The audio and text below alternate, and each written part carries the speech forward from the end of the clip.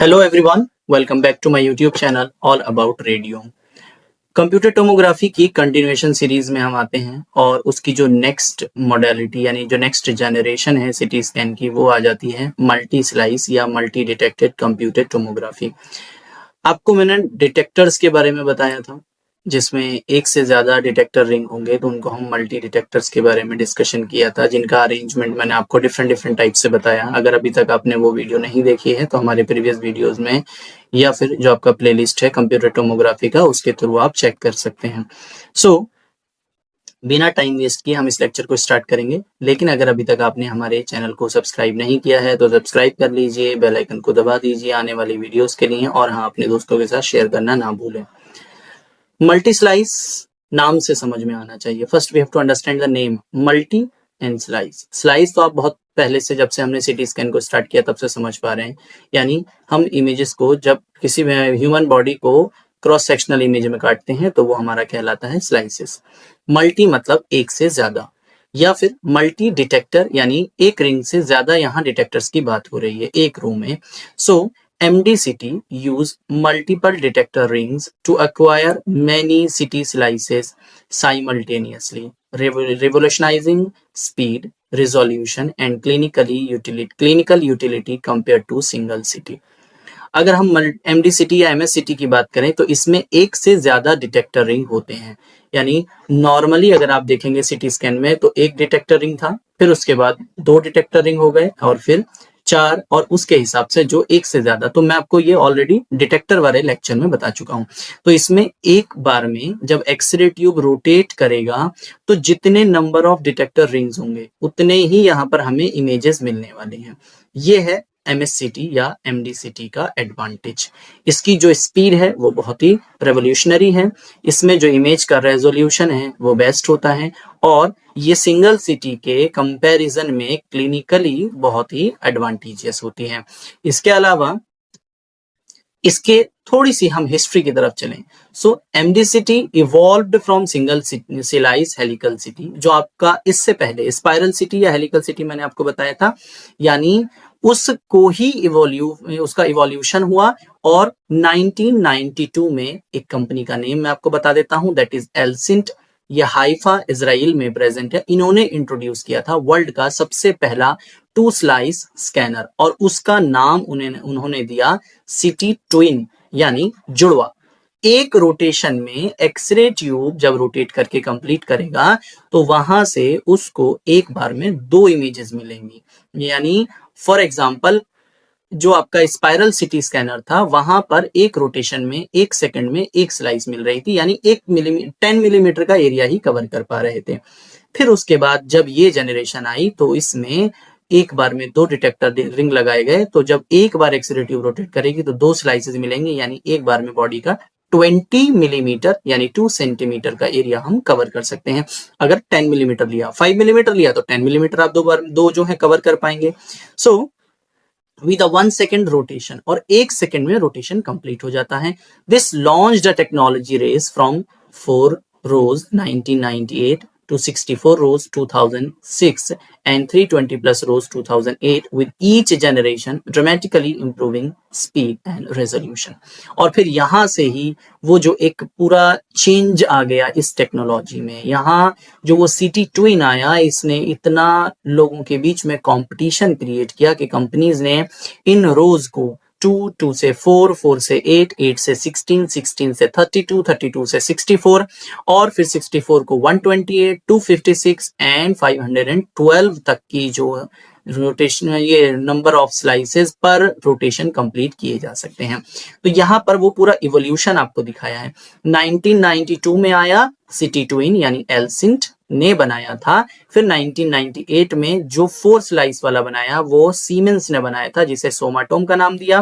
फिर बहुत सारे वेंडर्स ने रिलीज किया 2001 में 8 स्लाइस वाला, फिर 2002 में 16 आया जिसमें सब मिलीमीटर रिजोल्यूशन था, यानी और मिलीमीटर से भी छोटा छोटा, एंड 2004 में कार्डियक सिटी, एंड 2007 में एक स्टैंडर्ड ऑफ केयर आया 64 स्लाइस। यानी ये almost a better type of जो हमारा सिटी स्कैनर था। तो यहाँ पर एक ओवरऑल आपको चीजें दिखाई गई कि फर्स्ट एमडी सिटी 1992 में आया, कार्डियक सिटी ये एडवांटेजेस के हिसाब से, कार्डियक सिटी 2004 में, और आज के टाइम में जो 2008 के बाद से और भी ज्यादा नंबर ऑफ स्लाइसेस वाले सिटी प्रेजेंट हैं। सो सिटी ट्विन में 2 स्लाइसेस एक सेकंड में रोटेशन हो जाता है। 64 स्लाइस ये इनेबल करता है गेटेड कार्डियक इमेजिंग, यानी जो पेशेंट जिनका हार्ट की आपको डायग्नोसिस करनी है और हार्ट में बीट की वजह से मोशन आर्टिफैक्ट आता है नॉर्मल स्कैनर्स पे, तो यहाँ पर हार्ट के साथ उसको कनेक्ट कर दिया जाता है। सिटी गेटेड जो कार्डियक गेटेड सिटी किया जाता है उससे यहाँ पर आप इजीली कार्डियक एंजियोग्राफी कर सकते हैं। यहाँ पर आपको जो उसके बाद 2008 के बाद जो पूरा कार्डियक स्कैन है वो एक बीट के अंदर अंदर कंप्लीट करने जितना फास्टेस्ट हो सकता है। तो ये इसका हिस्ट्री और एवोल्यूशन था। ऐसा नहीं है कि ये 2008 का अगर मैंने यहाँ पर डेटा दिया तो यही स्टैंडर्ड हो गया, नो, अभी और डेली बहुत सारे नए नए चेंजेस आ रहे हैं और हम एडवांस लेवल के और भी स्कैनर्स के बारे में डिस्कस करेंगे अपकमिंग वीडियोस में। इसकी इमेजिंग ज्योमेट्री के बारे में थोड़ा सा मैं आपको बताता हूँ किस तरह से एमएससीटी जो एडवांटेजियस है ओवर दी अदर्स।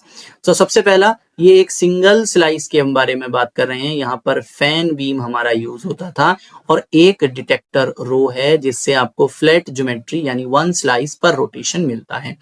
एक बार एक्सरे ट्यूब रोटेट करके आएगा और सिंगल स्लाइस मिलता है। ये आपके ओल्ड जनरेशन यानी स्पाइरल सिटी तक की बात हम कर रहे हैं। उसके बाद आया मल्टी स्लाइस कोन बीम। मल्टी स्लाइस में एक ऐसा इस तरह से पूरा स्ट्रक्चर क्रिएट हो गया कि यहाँ पर इतनी नंबर ऑफ रोज हैं और जो रेडिएशन आएगी वो पूरे एरिया को कवर करेगी यानी जेड एक्सिस को कवर करेगी। तो यहाँ पर कोन बीम की रिक्वायरमेंट आई। 4 से 320 या 520 तक की स्लाइसेस पर रोटेशन कंप्लीट किए जा सकते हैं, डिपेंड्स कितने नंबर ऑफ रोज वहां पर प्रेजेंट होंगे। अब इन दोनों को अगर कंपेयर किया जाए तो क्या यहाँ पर एडवांटेज है, तो यहाँ पर सिंगल स्लाइस के लिए लो एमए पर रोटेशन, ज्यादा एमए की जरूरत नहीं होगी क्योंकि उतनी ज्यादा नंबर ऑफ एक्सरेज की जरूरत नहीं है, एक ही स्लाइस लेना है। हायर इमेज नॉइस, इमेज की क्वालिटी उतनी अच्छी नहीं थी क्योंकि जो एक्सरेज हैं उनकी इंटेंसिटी उतनी ज्यादा यहाँ पर नहीं रखी गई। एंड लिमिटेड कवरेज पर रोटेशन, अब क्योंकि जब एक रोटेशन हो रहा है, एक ही स्लाइस हो रहा है और एक स्लाइस की थिकनेस आप 5 मिलीमीटर रख लो या 10 मिलीमीटर रख लो, जितना भी आपने रखा है उतना ही एरिया आप कवर कर पाएंगे। इसके हिसाब से सिग्नल टू नॉइस रेशियो यहाँ पर कम हो जाता है, यानी सिग्नल कम मिला, नॉइस ज्यादा मिला, तो इसीलिए ये एक पुअर क्वालिटी की इमेजेस ओवरऑल हमें प्रोवाइड कर रही है। अगर इसको हम एमएससीटी के साथ कंपेयर करें तो यहाँ पर हायर एमए पर रोटेशन हमें देना है, इमेज की जो नॉइस है वो कम हो जाएगी, ज्यादा नंबर ऑफ एक्सरेज एंड ज्यादा इंटेंसिटी के साथ जाएंगे, और पर रोटेशन मोर कवरेज, यानी अगर आप 5 मिलीमीटर से कर रहे थे तो आप 2 स्लाइस पे 10 मिलीमीटर, 4 स्लाइस पे 20 मिलीमीटर और वैसे ही सो ऑन एड ऑन होता चला जाएगा, तो हम ज्यादा एरिया पर रोटेशन कवर कर पाएंगे, जिसकी वजह से हमारा सिग्नल टू नॉइस रेशियो भी इसमें हाई रहता है। कोन बीम की बात करें तो ये जो एक रे ऑफ बंडल है divergence in gantry plane and along z axis true 3D divergence, मतलब ये जो पूरा गेंट्री का प्लेन है उस पूरे प्लेन को कवर करता है, जो एक्सरेज होती हैं पूरा जो इसका जेड एक्सिस है हमारे पेशेंट की बॉडी का उसके साथ ये इसको कवर अप करता है। इस एमएससीटी के बारे में हम बात करें तो स्पेशल कोन बीम एल्गोरिथम इसमें रिक्वायरमेंट होता है। Fan beam approximation used for small arrays, fan beam को हम स्मॉल एरेज के लिए यूज करते हैं, यहाँ पर कोन बीम यूज होगा आपके एमएससीटी में। पिच फैक्टर की अगर बात करें, पिच में आपको शायद ऑलरेडी इस इनिशियल जो वीडियो थे सिटी स्कैन के उसमें ऑलरेडी बता चुका हूं। पिच का मतलब क्या होता है, जहां पर हम बात कर रहे हैं टेबल की स्पीड की divided by rotation time of X-ray tube and beam की विड्थ यानी स्लाइस की थिकनेस, इन सब को जब हम ओवरऑल कैलकुलेट करेंगे then you can get the pitch. Overlapping slices यानी less than 1 pitch improving sampling, sorry more than 1, अगर आप स्लाइसेस को बहुत क्लोज कटिंग करेंगे, स्लाइसेस के बीच में गैप नहीं रखेंगे, स्पीड स्लो रखेंगे, तो स्लाइसेस की ओवरलैपिंग हो सकती है। अगर आप उनके बीच में गैप रखेंगे और पिच को थोड़ा हाई रखेंगे तो फिर ये हमारा जो स्लाइसेस के ओवरलैपिंग है वो कम हो जाएगा, यानी प्रीवियस स्लाइस का डेटा नई स्लाइस में दिखाई नहीं देगा, दोनों के बीच में एक सेपरेट गैप मिल पाएगा। तो ये था कोन बीम ज्योमेट्री एमएससीटी का। इसके टेक्निकल स्पेसिफिकेशंस की बात करें अगर हम एमएससीटी की, तो एमएससीटी आपका 1 सेकंड में कितने रिवॉल्यूशन कंप्लीट कर पा रहा है? ऑलमोस्ट 3 रेवोल्यूशन, 3 बार घूम जा रही है एक्स-रे ट्यूब। ये अचीवेबल गेंट्री रोटेशन है मॉडर्न एमटीसीटी में, जिसकी वजह से ये कार्डियक इमेजिंग को पॉसिबल कर पाता है। इसमें आइसोट्रोपिक वॉक्सल साइज कितना होता है, यानी कितनी थिन स्लाइसेस आप काट सकते हैं, तो वो है 0.35 मिलीमीटर तक।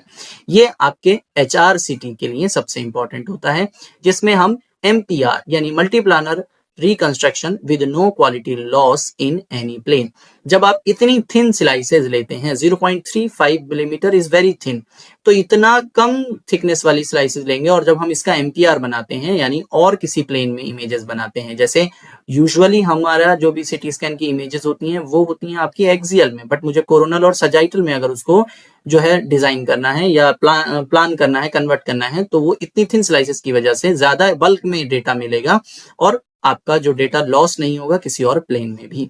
उसके अलावा एक रोटेशन में कितना एरिया कवर किया जा सकता है, तो 18 सेंटीमीटर तक का पर सेकेंड हम स्कैनिंग कर सकते हैं, यानी फुल चेस्ट जो आपका ऑलमोस्ट 2 सेकंड में ही कंप्लीट हो जाएगा, full cardiac in single breath hold. अगर आप किसी पेशेंट के हार्ट की इमेजिंग करना चाहते हैं तो एक ही सांस रोकने में वो कंप्लीट हो जाता है।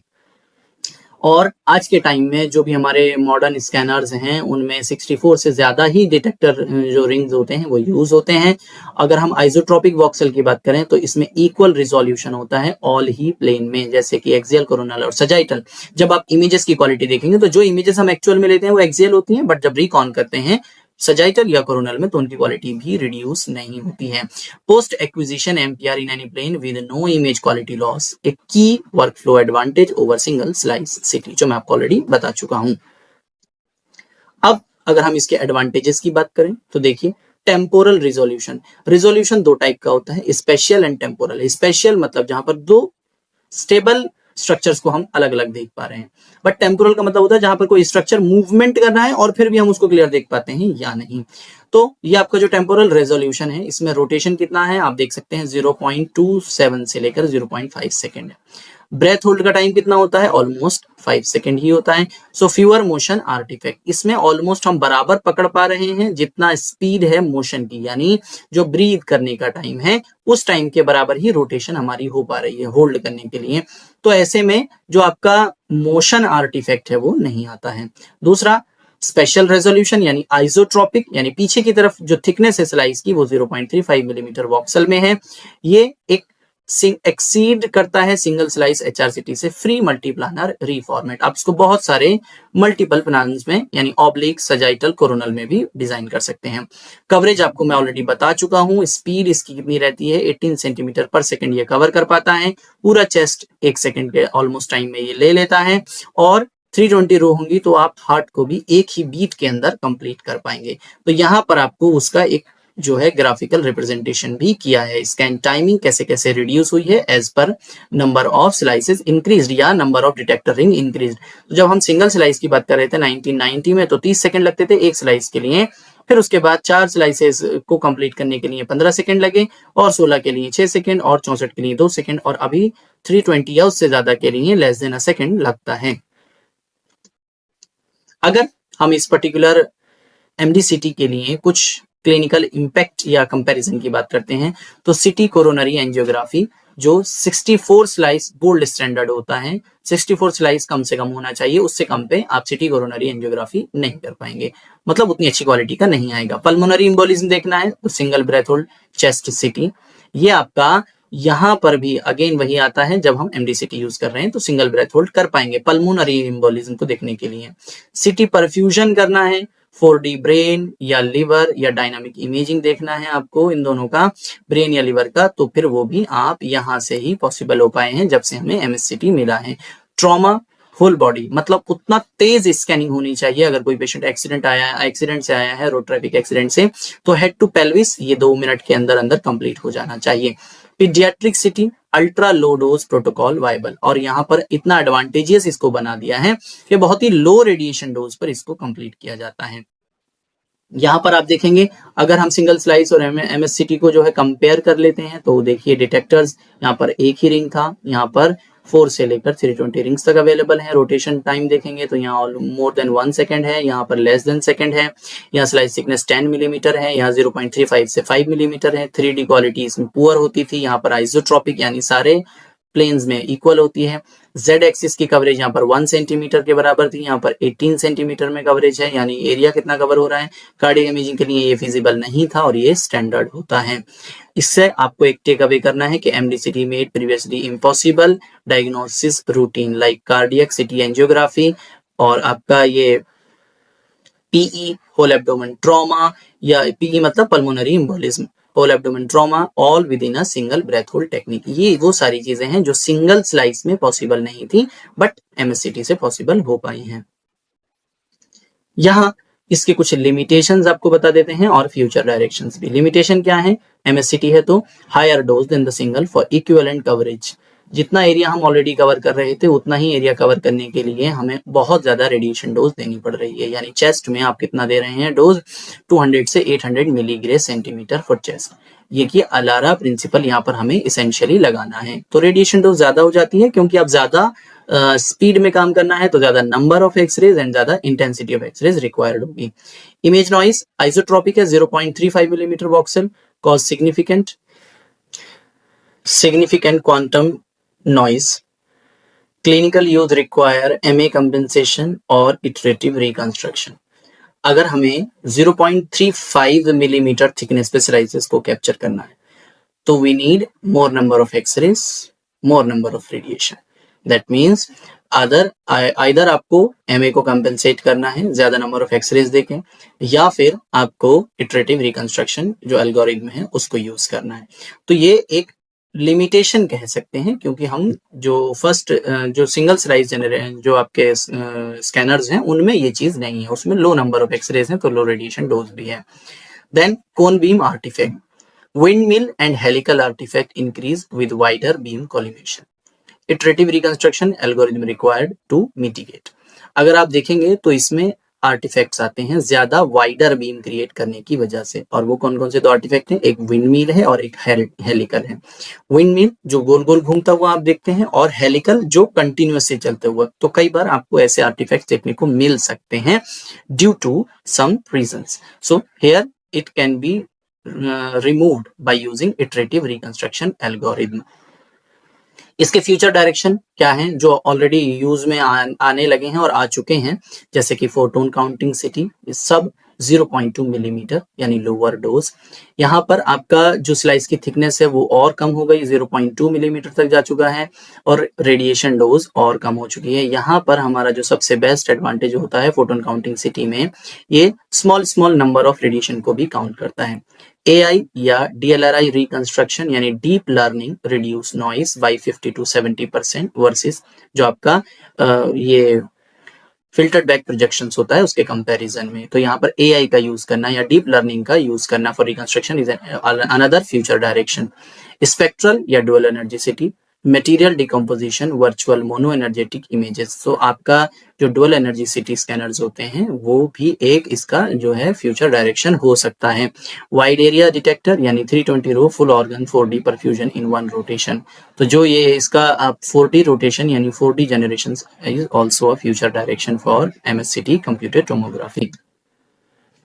So I hope you all get all the related important information for MSCT, and I have given some key references also. You can go through these articles ताकि आप यहाँ से जो भी required information है वो और बेटर जो है देख पाएं इन particular generations के बारे में। अगर अभी भी कोई आपके डाउट्स रह जाते हैं तो आप कमेंट बॉक्स में लिखना ना भूलें और हमारे साथ अपने सारे डाउट्स को क्लियर करें। Till then thank you so much. अपने दोस्तों के साथ, सीनियर जूनियर्स के साथ इस वीडियो को शेयर करना ना भूलें। Thank you so much. Have a good day.